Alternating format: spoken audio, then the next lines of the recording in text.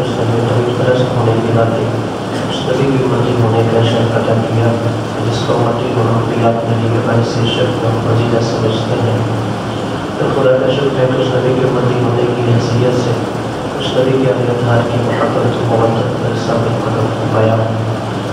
سب سے پہلے یہ انسان کے واجب ہے کہ وہ اللہ تبارک و تعالیٰ کی ذات کی معرفت حاصل کرے اور اپنا اللہ کی معرفت کے لیے اس کی صفات کا سہارا لیتے ہیں۔ کچھ ایسی صفات ہیں کہ جس کے بارے میں یہ ماننا پڑتا ہے کہ وہ صفات اللہ کے اندر موجود ہے، اور اس کے لیے ائمہ معصومین نے ایک قانون کائنات کلیہ دیا ہے کہ جو بھی صفت کمال پر دلالت کرتی ہے اس کا سرچشمہ موقع اللہ کی ذات ہے۔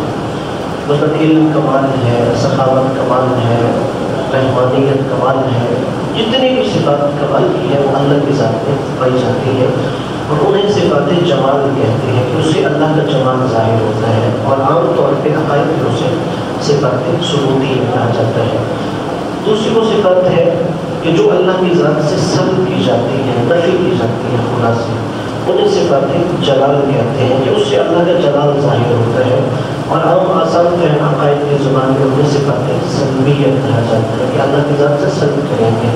ان میں سے ایک صفت یہ ہے کہ اللہ کسی کے اندر حلول نہیں کرتا۔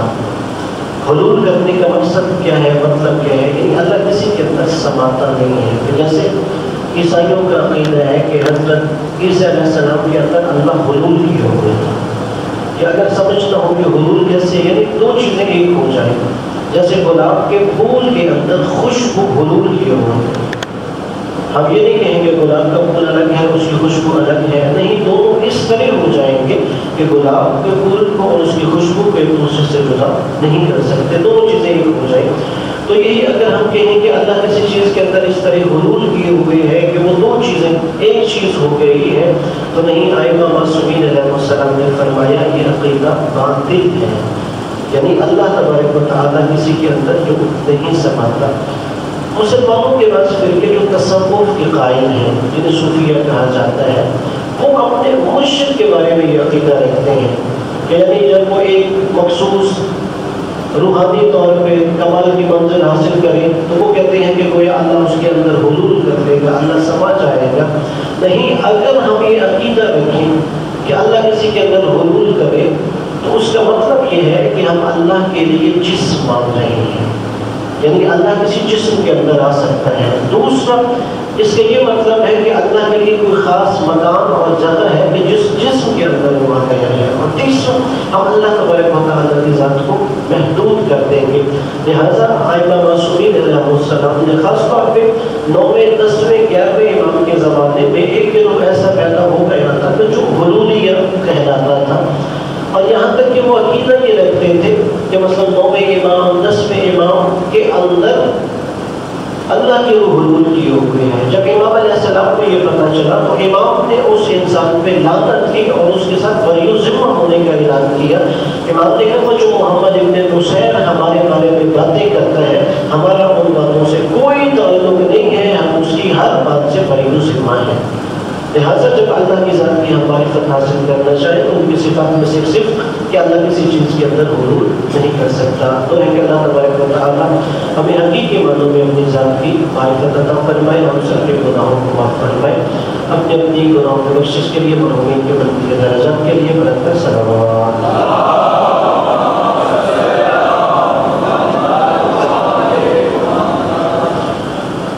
کہ اگر اسلامی مناسبات کے حوالے سے عرض کروں تو وہ سب سے بڑی جو اسلامی مناسبت ہے وہ 18 ذوالحجہ کو ہے کہ جب رسول خدا صلی اللہ علیہ وآلہ وسلم نے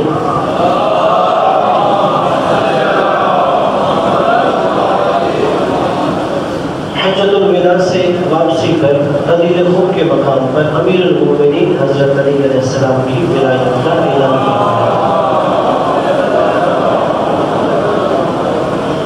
رسول خدا نے زندگی میں ایک ہی حج کیا تھا، وہی نبی کا پہلا اور آخری حج تھا، اور وہاں پہ رسول کا مشہور خطبہ بھی ہے جسے خطبہ حجۃ الوداع کہا جاتا ہے۔ اور وہ خطبہ یہ نہیں کہ جو ایک ہی مقام پر آپ نے ارشاد فرمایا، نہیں، 8 ذی الحجہ، 9 ذی الحجہ، 10 ذی الحجہ کو عرفات کے میدان میں، مینا کے میدان میں مختلف مواقع پر جو رسول خدا نے خطبات ارشاد سب کو جمع کر کے خطبہ حجۃ الوداع کہا جاتا ہے۔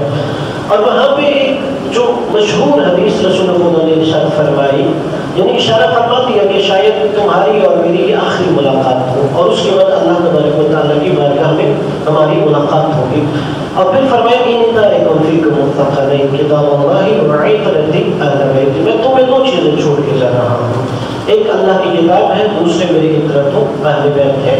وَإِن تَمَسَّكْتُم بِهِمَّا لَن تَضِلُّوا بَعْدِي أَبَدًا، اگر تم ان سے متمسک رہو، قرآن کا دامن بھی تھامے رکھو، اہل بیت سے بھی وابستگی اختیار کرو، تو لن تضلوا بعدی ابدا، میرے بعد تم کبھی گمراہ نہیں ہوں گے۔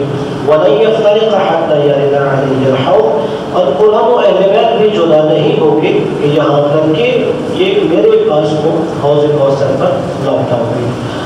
اور پھر رسول خدا نے خطبہ حجۃ الوداع سے لے کے اپنی وفات تک، یعنی تقریباً 3 مہینے کے اندر آپ نے 4 دفعہ یہ حدیث دہرائی، یعنی حجۃ الوداع کے موقع پر ارشاد فرمائی۔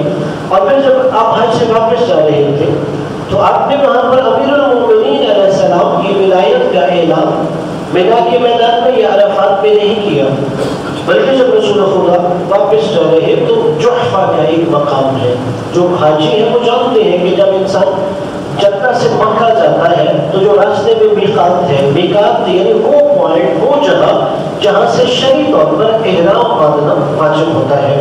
تو جو جدہ سے مکہ جاتے ہیں جحفہ میقات ہے، جحفہ کے قریب ہی ایک وادی ہے جسے غدیر کہتے ہیں، اصل میں عربی غدیر تالاب کو کہتے ہیں، چونکہ وہاں پر ایک تالاب تھا، ایک وادی تھی، آواز گونجتی تھی، اس لیے اسے غدیر خوب کہتے ہیں۔ پھر وہ شوراہا تھا کہ جہاں پر عراق والے حاجی الگ ہو جاتے، یمن والے حاجی الگ ہو جاتے، شام والے حاجی الگ ہو جاتے، افریقہ والے حاجی الگ ہو جاتے۔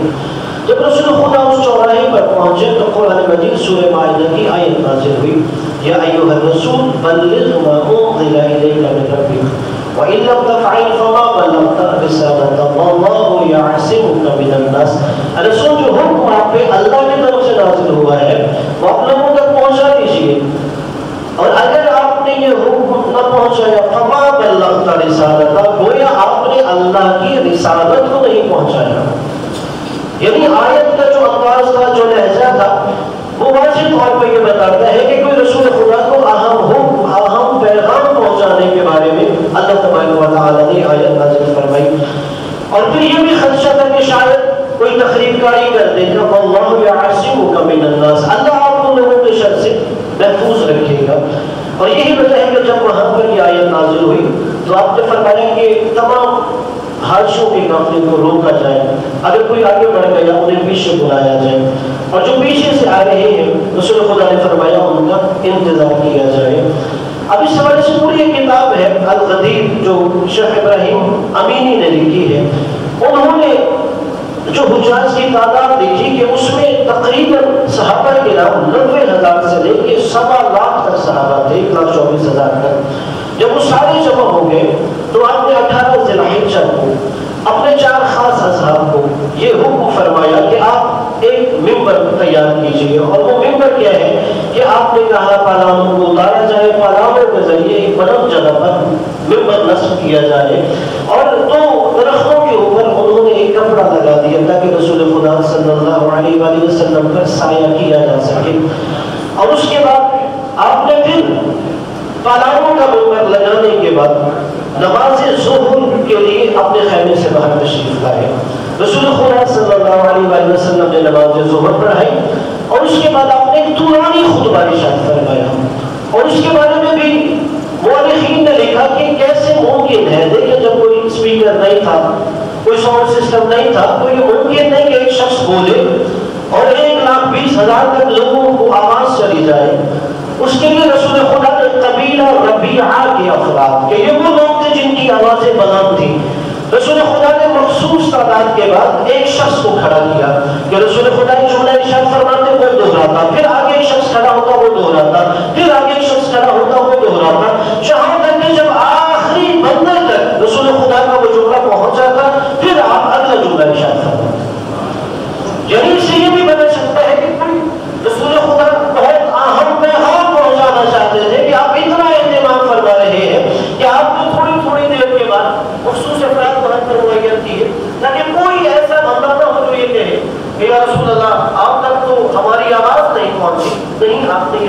فرمایا، اور اس کے بعد جب رسول خدا نے خطبہ ارشاد فرما دیا تو اسی میں آپ نے امیر المومنین حضرت علی علیہ السلام کو بلایا. امیر المومنین حضرت علی علیہ السلام کو بلا کے صلوات پڑھا. جب آپ نے رسول خدا آپ نے ایک اقرار لیا تمام مسلمانوں سے، الست اولی بکم من انفسکم. یہ در حقیقت سورہ احزاب میں اللہ تبارک و تعالیٰ نے رسول کے بارے میں فرمایا تھا کہ النبی اولی بالمؤمنین من انفسہم، کہ نبی مومنوں پر ان کی جانوں سے زیادہ حق رکھتے ہیں. یعنی اتنا مجھے میری جان پہ حق نہیں ہے جتنا رسول خدا کو میری جان پر حق ہے. یعنی وہ زیادہ تصرف کا حق رکھتے ہیں. اگر رسول مجھ سے میری جان مانگے یا کوئی حکم دے تو میں رسول خدا سے یہ نہیں کہہ سکتا میں کیوں یہ کروں، اس لیے کہ ان کو مجھ پر زیادہ تصرف ہے سورہ احزاب کی آیت کے مطابق. اور وہی جملہ رسول خدا نے وہاں لوگوں سے قرار لیا، الست اولی بکم من انفسکم، کہ مجھے یہ بتاؤ کیا میں تم پر تمہاری جانوں سے زیادہ حق نہیں رکھتا؟ قالوا بلا، سب مسلمانوں نے کہا بے شک آپ ہم پر ہماری جانوں سے زیادہ حق رکھتے ہیں. پھر آپ نے فرمایا ان اللہ مولایا، اللہ میرا مولا ہے، یعنی مجھ پر اللہ میری جان سے زیادہ حق رکھتا ہے. وانا مولا المؤمنین، میں مومنوں پر ان کی جانوں سے زیادہ حق تصرف رکھتا ہوں. اور پھر فرمایا من کنت مولاہ فہذا علی اللہ،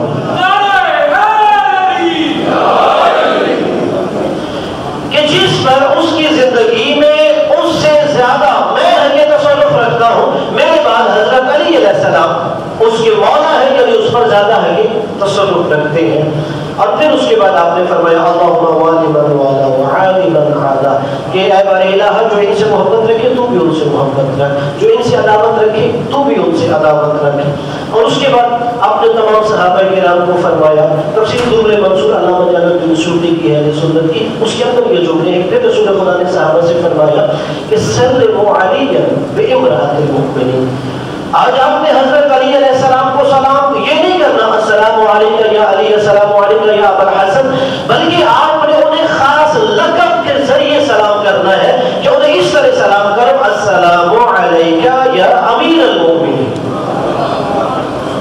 اور پھر تمام صحابہ نے امیر المؤمنین علیہ السلام کے ہاتھوں پر بیعت فرمائی اور سلام یہی کیا السلام علیکم یا امیر المؤمنین. وہاں پر امہات المؤمنین بھی 9 حج ودا کے موقع پر رسول کے ساتھ تھی، اور وہاں پہ مستورات نے بھی بیعت کی. لیکن ان کی بیعت کرنے کا طریقہ یہ ہوتا ہے، ایک بہت بڑا جو تشت تھا اس کے اندر پانی ڈالا گیا، اس کے اندر مولا علی کا ہاتھ تھا، اور جو باقی امہات المؤمنین تھے انہوں نے بھی تشت کے اندر وہاں پانی میں ہاتھ رکھ کے بیعت کا اعلان کیا کہ ہم بھی حضرت علی علیہ السلام کی بیعت فرماتی ہیں. اب یہ جو آیت ہے اور یہ جو اعلان غدیر ہے، اعلان ولایت ہے، اس میں تمام اہل اسلام کے اتفاق ہے. یعنی کوئی اختلافی نقطہ نہیں ہے کہ وہاں غدیر قوم پر اجتماع ہوا، وہاں پر امیر المؤمنین کی ولایت کا اعلان کیا. لیکن اب یہاں پہ جو اختلاف ہے وہ کس بات میں؟ بعض علماء اسلام یہ کہتے ہیں کہ یہاں پر مولا کس معنی میں ہے. وہ کہتے ہیں کہ یہاں پہ مولا دوست کے معنی میں، یعنی حضرت علی علیہ السلام کے بارے میں رسول خدا یہ فرمانا چاہتے تھے کہ جو مجھے دوست رکھتا ہے وہ حضرت علی علیہ السلام کو دوست رکھے. اب یہاں پہ کون سا معنی ہے مولا کا؟ عربی زبان میں اس کو کہتے ہیں مشترک معنوی، یعنی الفاظ کی اقسام ہوتی ہیں. یعنی مشترک معنوی کا مطلب یہ ہے وہ لفظ ایک ہے مگر اس کے معنی بہت زیادہ ہے. جیسے مولا آقا کے معنی میں، مولا غلام کے معنی میں، مولا چچا کے معنی میں آتا ہے، مولا دوست کے معنی میں آتا ہے، مولا اولا تصرف کے معنی میں بھی آتا ہے. یعنی اس لفظ کے بہت زیادہ معنی ہے، یہاں تک کہ بعض نے کہا 16 معنی، بعض نے کہا 14 معنی، بعض نے کہا 60 معنی. یعنی جب آپ مختلف ڈکشنریز کی طرف رجوع کریں گے، لیکن اس معنی کو یہ جاننے کے لیے کہ جہاں پہ یہ معنی استعمال ہوا ہے، یہ لفظ استعمال ہوا ہے، یہ کس معنی میں ہے، اس کے لیے عربی زبان میں قاعدہ ہے، اور وہ ہر زبان میں بھی قاعدہ استعمال ہوتا ہے کہ جہاں پر بھی مشترک معنوی استعمال ہو اس سے پہلے ایک قرینہ ہو، ایک علامت ہو، ایک نشانی ہو، جس سے پتہ یہ چلے یہاں پر یہ لفظ کس معنی میں بولا جا رہا ہے. مثلا اور میں مثال دیتا ہوں، عربی میں لفظ عین ہے، عین ہے نون.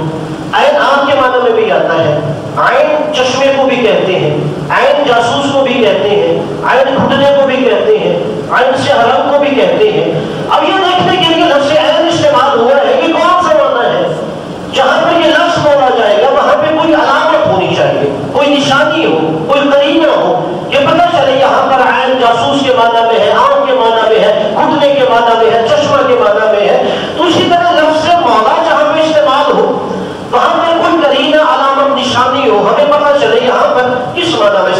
ہوا ہے. اب اگر رسول خدا سید الانبیاء نے اپنے اہم ترین غدیر خون کے مقام پر یہ جملہ ارشاد فرمایا اور اگر یہ کہہ دیا جائے کہ جس کا میں دوست ہوں اس کے علی دوست ہے، تو اس حوالے سے کیا اس خطبے میں کوئی قرینہ تھا، کوئی علامت تھی، کوئی نشانی تھی؟ یا اگر ہم یہ کہتے ہیں یہاں پہ معنی یہ ہے کہ جی یہاں پہ معنی یہ ہے کہ جس پہ میں اس کی جان سے زیادہ حق رکھتا ہوں اس پر علی حق رکھتے ہیں، تو کیا اس میں کوئی قرینہ ہے، کوئی علامت، کوئی نشانی ہے؟ اس کے لیے آپ رسول خدا کا خطبہ غدیر پڑھیں، اس کے اندر رسول خدا نے قرینہ، علامت اور نشانی بیان کی ہے. مولا علی کی ولایت کے اعلان سے پہلے جو تمام مسلمانوں سے قرار دیا، الستُ اولیٰ بکم من انفسکم، کیا میں تم پر تمہاری جانوں سے زیادہ حق نہیں رکھتا؟ قالوا بلی، تمام مسلمانوں نے کہا جی یا رسول اللہ آپ ہم پر ہماری جانوں سے زیادہ حق رکھتے ہیں. تو اب آپ نے فرمایا من کنت مولاه فهذا عليكم. یہ قرینہ علامت بتا رہے ہیں کہ یہاں پر کس معنی میں ہے. اور دوسری دلیل یہاں پہ مولا یعنی جو ہم کہتے ہیں اولا بالتصرف یعنی امام کے معنی میں ہے، ہادی رہنما کے معنی میں ہے. وہ جب اعلان ولایت ہو گیا اس کے بعد تمام صحابہ کرام نے امیر المومنین کو مبارکباد کی تھی، اور اس کے بعد جو سب سے پہلا قصیدہ پڑھا وہی مقام غدیر خون میں مشہور صحابی ہے، شاعر ہے جناب حسان بن ثابت، کہ جنہیں کہا جاتا رسول کی مناد فرمایا کرتے تھے. حسان بن ثابت نے سب سے پہلے وہیں پر مقام غدیر خون پر اعلان ولایت کے بعد مولا علی کی شان میں قصیدہ پڑھا تھا. اب اگر ہم قصیدہ پڑھیں تو اس سے بھی پتہ چلتا ہے کہ یہاں پر مولا کا کیا معنی ہے. اس کے اندر دو مصرے ہیں جو جناب حسان بن ثابت نے قصیدہ پڑھا. وہ کہتے ہیں فقال له قم یا علی، کہ رسول خدا نے حضرت علی علیہ السلام سے کہا اے علی کھڑا ہو جاؤ. فإننی رضیتک من بعدی اماما وہادیا، میں اپنے بعد تجھ سے اس بات پہ راضی ہو گیا ہوں کہ میرے بعد اس امت کا امام بھی تو ہے اور ہادی پیشوا بھی تو ہے.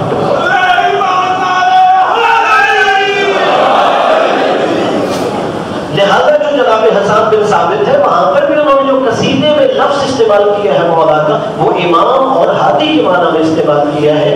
یعنی وہاں رسول خدا اپنے بعد یہی تو تھا اس کے بعد کہ اليوم یئس الذین کفروا من دینکم، کہ آج کافر تمہارے دین سے مایوس ہو گئے. کہ یعنی قیامت تک دین کی حفاظت کے لیے رسول خدا نے اہتمام فرما دیا ہے. یعنی اگر یہ دین ہے تو قیامت تک باقی رہے گا اور اس دین کے محافظین بھی موجود رہیں گے کہ جو ہمیشہ اسلام کی حفاظت کریں گے. اس دن کے کچھ اعمال ہوتے ہیں 18 ذوالحجہ کی کہ انسان غسل کرے، غسل کے علاوہ روزہ رکھنا مستحب ہے.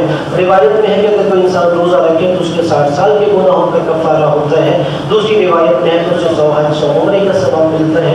اگر ممکن ہو تو امیر المومنین علیہ السلام کے نظر میں زیارت کرے، اس کے لیے زیارت علیہ یاسین پڑھنا مستحب ہے.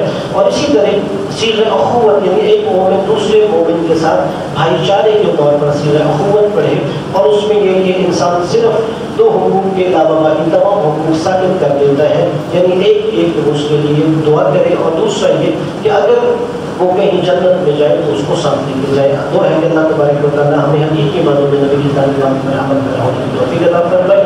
اپنے گناہوں کی بخشش کے لیے بلند السلام.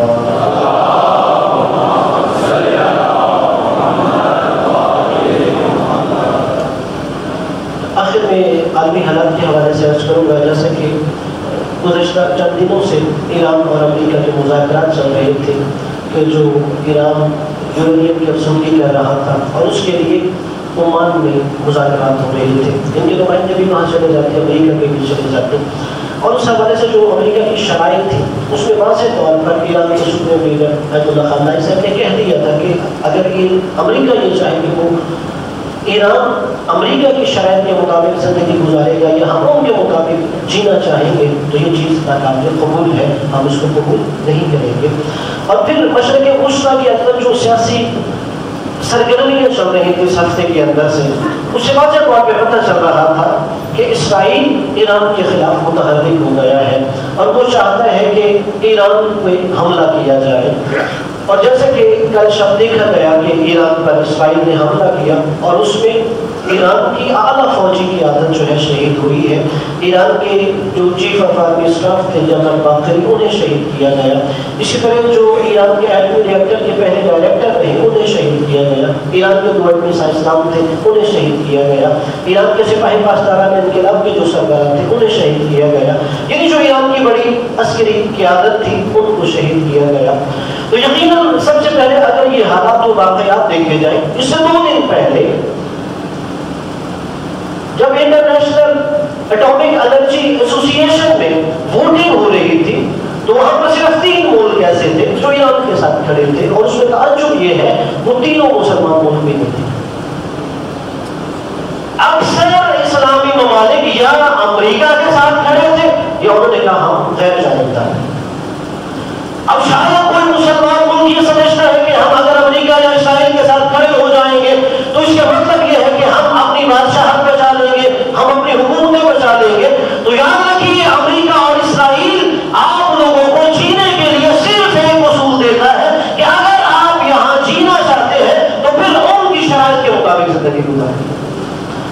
لیکن جو انسان مسلمان ہے، جو انسان رسول خدا کی تعلیمات پہ عمل کر رہا ہے، رسول خدا جب اسلام لے کے آئے تو وہاں پہ کیا مسئلہ تھا؟ وہاں جو بڑے بڑے مکہ کے سردار تھے مگر وہ شرک کے بلبوتے پر اپنی معاشرے میں جو عزت ظاہری طور پر تھی اس کے بلبوتے پر رسول کا پیغام قبول نہیں کر رہے تھے، مگر رسول خدا نے ان کے آگے سر تسلیم خم نہیں کیا، اپنے رسولوں پہ سمجھوتا نہیں کیا. اور وہی رسول خدا جو مکہ سے نکالے گئے اور جب وہ دوبارہ واپس 10 سال کے بعد مکہ میں داخل ہو رہے تھے تو وہ فتح یاب ہو رہے تھے. یعنی اگر آپ پہلے رسول کی زندگی دیکھیں تو اس میں یہی لگتا ہے کہ مسلمانوں پہ ظلم بھی ہو رہا تھا، ان کا اقتصادی بائیکاٹ بھی ہو رہا تھا، اور یہی ایران بھی 40 سال سے دیکھ رہا ہے اس کا اقتصادی بائیکاٹ بھی کیا گیا، اور یہی اس کو لالچ بھی دیا گیا مذاکرات میں کہ اگر تم ہماری شرائط مانو گے تو ہم تمہارے اوپر اقتصادی پابندیاں ختم کر دیں گے. اور بعید نہیں ہے کہ مشرق وسطیٰ کے جو حالات ہیں اس سے پہلے آپ نے دیکھا کہ فلسطین، غزہ وہ بالکل ملیا میٹ کر دیا گیا، مگر اس قدر مسلمان حکمران بے حس ہو گئے ہیں کہ کوئی ان کے لیے آواز بھی بلند نہیں کر رہا اقوام متحدہ میں. اور اقوام متحدہ کی حالت یہ ہے کہ وہ امریکہ اور اسرائیل کی آغوش میں کھیلنے والے ایک بچے کی مانند ہیں. اور چند دنوں کے پہلے جب اسرائیل کی طرف سے کہ فلسطین میں جنگ بندی ہو جانی چاہیے یہ قرارداد پیش کی گئی سلامتی کونسل میں، اس سے امریکہ بھی تو کر رہا تھا. اور حالانکہ دیکھ رہے ہیں کہ وہاں پر غذائی المیہ جنم لے رہا ہے، وہاں پر بچے مارے جا رہے ہیں، وہاں پر دوائی نہیں پہنچ رہی، وہاں پر غذائی اجناس نہیں پہنچ رہی، مگر کوئی مسلمان حکمران ان کے ساتھ وہاں سلامتی کونسل میں نہیں کھڑا. اور اب اسی طرف دوسری طرف دیکھیں لبنان میں صرف ایک حزب اللہ تھی جو پرائیویٹ تنظیم تھی، اپنے بلبوتے پر اسرائیل کے خلاف لڑتی رہی. اور واحد 1968 کے بعد جب اسرائیل نے مختلف ممالک کی سرزمینوں پہ قبضہ کیا، مصر کی سرزمین پہ قبضہ کیا گیا، لبنان کی سرزمین پہ قبضہ کیا گیا، سیریا کے جولان ہائٹس پہ قبضہ کیا گیا، اردن کی زمینوں پہ قبضہ کیا گیا، فلسطین کی زمینوں پہ قبضہ کیا گیا، صرف ایک ملک جس نے اپنی زمین 2000 میں واپس لی تھی وہ لبنان تھا اور حزب اللہ کے بلبوتے پہ واپس لی. اور پھر وہی ہوا کہ اسرائیل نے اس کے خلاف سرگرمیاں تیز کر دی، مسلمان غداروں کو خریدا گیا اور اس کے خلاف آوازیں بلند ہوئی. اور ابھی بھی یہی آوازیں تھیں کہ ان کی بڑی جو قیادت تھی ان کو شہید کیا گیا ہے کہ نہیں حزب اللہ سے اسلحہ واپس لے لینا چاہیے. دوسری طرف شام کے حالات تھے، اور شام میں کیا تھا؟ وہاں پہ واحد وہ عرب ملک تھا کہ جو عرب لیگ میں اسرائیل کے خلاف بولتا تھا، اور وہاں پر مسلمانوں کے جذبات سے کھیلا گیا. کسی ابو محمد جولانی بہت بڑا مجاہد ہے، احمد الشرع مسلمانوں کے لیے ہمدردی رکھتا ہے، اور یہی وجہ ہے کہ جب وہ شخص اقتدار میں آ رہا ہے تو سب سے پہلے اس نے بیان یہ دیا ہمارا اسرائیل سے کوئی دشمنی نہیں ہے، اسرائیل کے اور ہمارے دشمن مشترک ہیں. مردہ باد مردہ باد اسرائیل، مردہ باد مردہ باد مردہ باد اسرائیل، مردہ باد مردہ باد مردہ باد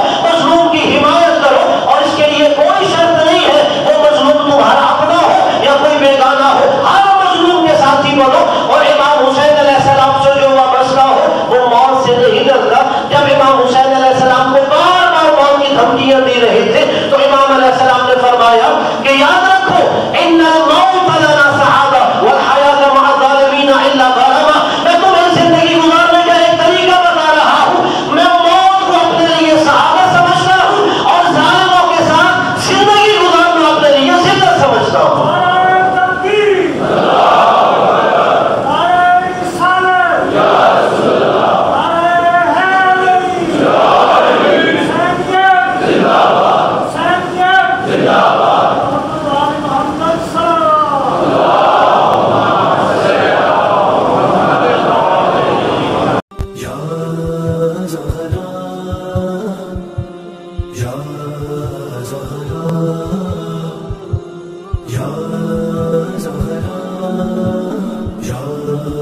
Zahra